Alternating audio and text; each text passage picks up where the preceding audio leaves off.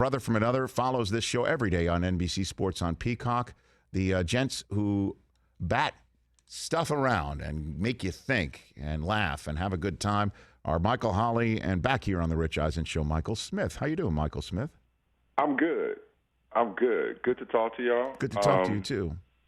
I'm going to start by answering your poll question in a different way. Okay, and the question being LSU or Notre Dame, which is the best job for college athletics, I guess, or football? Go for it, Michael. Go for it. LSU is the better job. Mm-hmm. Notre Dame is the more prestigious program, obviously. But here's my prediction. Marcus Freeman wins the national title before Brian Kelly. And I don't really think that's really a hot take. I don't really think it's a stretch. Okay. Now, I do realize that every coach since, it was three. It's Saban, Miles, and Orgeron, all won national champions. And the last two aren't good coaches, okay?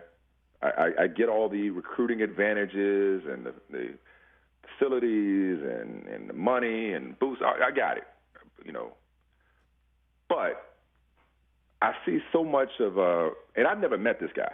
I've never met Marcus Freeman. But it feels real like Mike Tomlin-ish with regard to his meteoric rise. I mean, people were pounding the table for dude. And they entrusted that prestigious program to a 35-year-old who was a defensive coordinator in a Power 5 school for 1 year. Reminds me a little bit, hope this isn't much of a stretch, of Tomlin going from DB's coach in Tampa when I met him to 1 year as D coordinator in Minnesota to the Pittsburgh Steelers, the Notre Dame of the NFL, if you will, the Pittsburgh Steelers saying, this is the guy. And not only does it offer stability in the short term with regard to potential playoff appearance as well as recruiting, I think they might have gotten a star. I hate the way Brian Kelly did it. I hate the timing. I don't hate that he got his money. I mean, sorry, pardon my language. Okay. Give me $100 million, I'm bouncing too. You know what I mean? Yeah. I get it. But the timing of it rubbed me the wrong way. But I think it was a blessing in disguise, and just from the outside looking in, it looks like Notre Dame may have actually come up because Kelly rebuilt the program, provided an infrastructure that a star like Marcus Freeman has an opportunity to build upon. So I wouldn't be surprised if not only does he continue Notre Dame's recent run of success, but actually with his recruiting prowess, puts it over the top and delivers a national championship sooner than the guy that's got to go through Saban in the SEC West. Well, Jack Swarbrick, the AD in Notre Dame, said that the program is in much better shape than it was when Brian Kelly arrived. No question. And I will just give a pull on the strand that you threw out there about Kelly and the timing of it. You can't blame him for the timing of it either, because the way that everything is set up by the NCAA and school presidents have to sign off on it, and school administrators and athletic directors are clearly signing off on it, is with this early signing period being in the middle of this month and so much being put on recruiting, and it's being the lifeblood of the sport, obviously. You have to make a decision about, who you're firing as coaches and hiring as coaches now. And I think it's totally naive to think that Kelly hasn't had a feeler out from LSU and Riley a feeler out from USC. Probably well before Halloween, even. 100%. I mean, USC's job's been vacant since week 2. Orgeron's been done for weeks. Listen, you can blame Brian Kelly, and more than one thing can be true at the same time. So let's just get a few obvious things out of the way, just so I'm clear. Hey, man, get your money. Yeah, I would never begrudge anybody for getting money. Second thing is, this is what Brian Kelly does. So it's like in a relationship. If you cheat with somebody who's in a relationship, don't be shocked when they cheat on you. Okay, like that's how you got him in the first place. So this is how he rolls. But here's why I said more than one thing can be true at the same time, and you can blame him. You just hit it. He's known about LSU since before Saturday or Sunday. He's known about that. And the recruiting clock or the recruiting calendar only matters if you're going to another job, which, again, is his prerogative to take. This is unprecedented for somebody to leave when your team is in contention for a championship. If it was a Sunflower Seed Bowl, we've seen that before. But your team is in contention for a championship, and you're leaving now, that's uncomfortable, and that's putting it kindly. You know, if the object of the exercise is to compete for championships, maybe LSU does give you a better chance of competing, albeit in the SEC West, competing year in and year out for championships. Hence your poll question. Maybe it does. But in 2021, your players, the guys that you recruited once upon a time to come to Notre Dame to win a championship, have an opportunity to do that. So it's the timing sucks. Is it his fault? Did he set the calendar? No. Did he do all he could? Is the work done at Notre Dame? Sure, but the job wasn't finished. But I mean, in 2021, of course, and then it's just a bad look, and it's also a dreadful way to leave, adolescents who they still are. I know they're grown men in terms of their physical prowess, but I mean, I was, by the way. Say that again. Who seem to be taking it better than me? Like I have no tie to Notre Dame. I don't play for them. I ain't go there. I ain't got no family members who went there. Or Oklahoma. So what about this? What about this? How about we push back this recruiting period? I don't know how far it needs to be in order to remove this from the equation. Is it the week after the national championship game? Is that what it can possibly be? And or if you do hire a coach before this early recruiting period from another member school, you lose scholarships. Like there should be some sort of teeth here, regulation, right? Or that look at each other and just say this is ugly for Notre Dame. It's not pretty for LSU either, although they're sitting pretty. And the same thing with USC. Like bye whatever. They don't care. They already have one of the top recruits that Lincoln Riley had coming to Oklahoma come to them. I see all the USC Trojan friends and fans right around here. They're not crying a river at all. They're all fired up. And of course, Oklahoma fans are like, good luck with the guy who couldn't get out of the national championship semifinal more often than not, and it's kind of ugly, so do something. In essence, it kind of is what it is. Like it's a dirty world, but it's still spinning. Can't do nothing about it but try to live in it. But I would like to see, again, maybe it's unrealistic and maybe it's too complicated to pull off, but, in the NFL, you can't hire a coach away from a team that's in the Super Bowl. You could interview them, but they still have to finish the job. They can't take the job, can they? So there are regulations about when you can interview coaches and when you can hire coaches in the NFL. I mean, I guess, and for me, look, I get that the players are getting, the crumbs that are name, image, and likeness and a transfer portal at long last. Hey, you want to make some money? Go do extra work, in order to make the money that we won't give you, or make some of the money that we won't give you. This entire situation, and Lincoln Riley, I'm okay with. I'm okay with Lincoln Riley. Even though he pulled an Aaron Rodgers and I'm not gonna be the coach at LSU. I ain't say nothing about USC.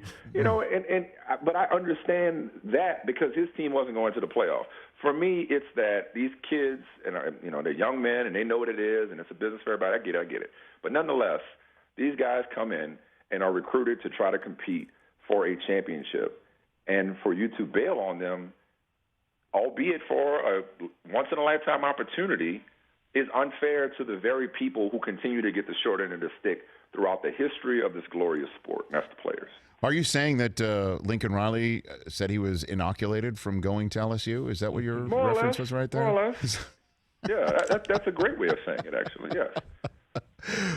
He answered the question. He didn't answer the question, but he wasn't pressed enough. Well, I mean, he cut off the question to say, let me just tell you this, I will not be the coach of LSU. Which is college media relations 101. You don't get away with that in the NFL. Fully aware that my attorney is talking to USC right now, talking about private jets and the sale of my two homes, the one that I have and the one that I'm building, over market price.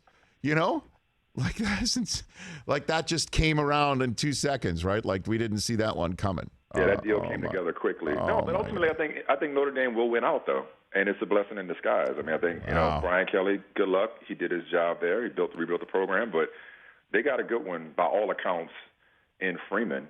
They seem excited about it, and 35 years old, rising star. Maybe this is the beginning of an incredible career. They just needed an opportunity in the form of somebody else moving on. What's on your rundown for later on today at 3 Eastern Time on Brother from Another? Freeman, the defending champs, rolling in the NBA. Okay. LaMelo Ball, whose ceiling is the roof. Y'all were talking about the Cowboys before I came on. Okay. I'm looking forward to watching Micah Parsons tonight. I don't remember, and I watch a lot of football, Rich, as have you. Who's the last guy to be that good off the ball on first and second down and that good off the edge on third down? Like, that's a package. I don't want to go so far as to say it's unprecedented because I could be forgetting somebody. I would hate to do that. But usually you got to be good at one or the other. Some guys have been able to do both. It's not unprecedented to be versatile. But he's among the best pass rushers in the NFL, and he's an off-the-ball linebacker on first and second down. I'm trying to think. I'm trying to think because not many pass rushers are asked to do coverage, as you've pointed out, like that. You've asked me that question. I'm just going to my head. Von Miller, but he didn't really drop very much. I don't know. I mean, Parsons, when the Cowboys drafted him, I don't know if they really thought or had that defense. Like whenever you draft a linebacker like Parsons, when you're like the Steelers, you're like, oh, that guy's going to rush the passer, right? Correct. When the Cowboys draft him, you're not thinking that. Certainly when they got Tank Lawrence, Randy Gregory, and that's why I keep saying the Cowboys are fine. The Cowboys have all of these division games left, and the division games that they played are easily their easiest ones on the schedule. Certainly since they went 1-3. In the AFC West, and then they barely beat the Patriots in their one other game against an AFC team, right? And so they're gonna get healthier. And to me, Pollard's the better running back right now, and he's the one that I think is going to get the package tonight, despite what Jerry Jones said. And I think we're going to see that this evening against the Saints. It does feel like something of a confirmation bias for some people when it comes to Dallas. Like if you believe that, the Cowboys going Cowboy, and this is what they do. They collapse, they break your hearts, this, that, and the other, blah, blah, blah. If that's your brand, if that's just how you view Dallas, then, the last few weeks, circumstances aside, certainly fed into that. And, but it's like I'm with you. Like, get your jokes off now because I know that the schedule is all there for the football team, and, the Eagles, at least before last week, felt like they had a chance to make a run, and maybe they can, do something. I don't think it's particularly close in that division. If the Cowboys are at full strength and getting DeMarcus Lawrence back, watching those two dudes come off the edge tonight is going to be fascinating to say the least. So we'll get into that, and then this Major League Baseball lockout. Yep. We'll try not to bore our audience. No, I know. Labor relations. I'm going to have Jeff Passan of ESPN on later. I made the decision. Jeff is one of my favorites, and great. I made the decision because I lost all of my remaining hair. During the 2011 lockout, covering that for NFL Total Access and NFL Network on a daily basis. It is not fun. It's not fun for fans to hear or listen to. I don't care. That's what I figured. I'm just going to have him on to talk about the beats of why this has happened. And there's going to be there's a drop-dead date in the minds of both sets of negotiators right now. And that's probably 2 weeks before pitchers and catchers report. And then if you push into that means you're going to end up pushing spring training, or you're going to collapse spring training in order to get to your first game in April. And then suddenly you're talking about the season not being as good. It's not played under the same circumstances.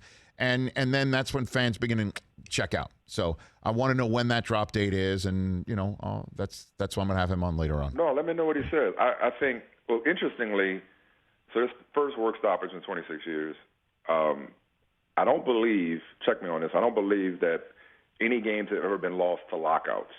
Games have been lost to strikes, but not lockouts. I'm not aware of that, but to me it doesn't. To fans, as you know, it doesn't really matter. No, my point is, I'm with you that they're going to get this figured out. It's hard to identify a middle ground. My point is I'm optimistic right. that they don't miss games in the meantime, I'm going to have fun just watching them be petty because it's the first labor work stoppage, in Major League Baseball in the internet era. So I'm just enjoying them basically changing their relationship status and, players changing their profile pictures and the team and they're scrubbing their digital presence, basically just saying, hey, we're not on speaking terms right now. So it's just kind of fun to watch them be petty in the meantime. Michael Smith, have a great show tonight. Really appreciate our chats. We'll do it again. Thanks again. Be cool with you. Got that's Michael Smith. He and Michael Holley on Brother from Another on NBC Sports on Peacock right after this show at 3 Eastern Time. Hey, you watched all the way to the end. Thanks for that. Watch more right here.